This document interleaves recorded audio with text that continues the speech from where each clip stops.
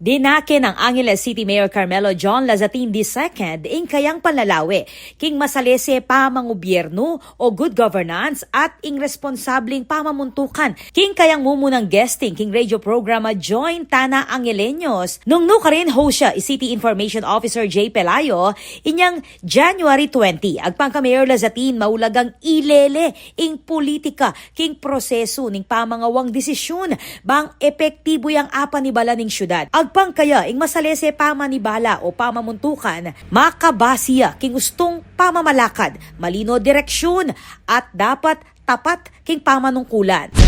Ako naman nakikita ko basta tama ang ginagawa natin. Kaya kong taos noo akong makaharap sa tao na ang ginawa ko sa termino ko ay tingin kong tama. Dinikdik ng Mayor Lazatin ing ulaganing gustong impormasyon, edukasyon at disiplina bang maging matagumpe kareng pangmaluwatan na programa ng city government. Agpang kaya, reng prinsipyong areti, reng magsilbing pundasyon bang mas apakinabang nandareng Angeleño, reng serbisyo publiko.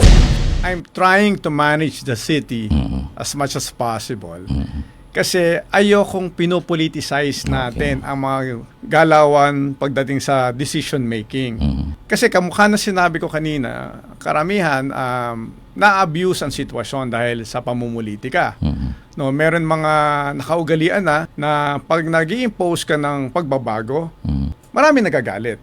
Kasi nga hindi nila nakasanayan, hindi nila nakaugalian. Kung papasukan natin talaga ang good governance, you have to manage the city well enough para mas mapatakbo mo ng mahusay. I-set aside mo muna yung political side.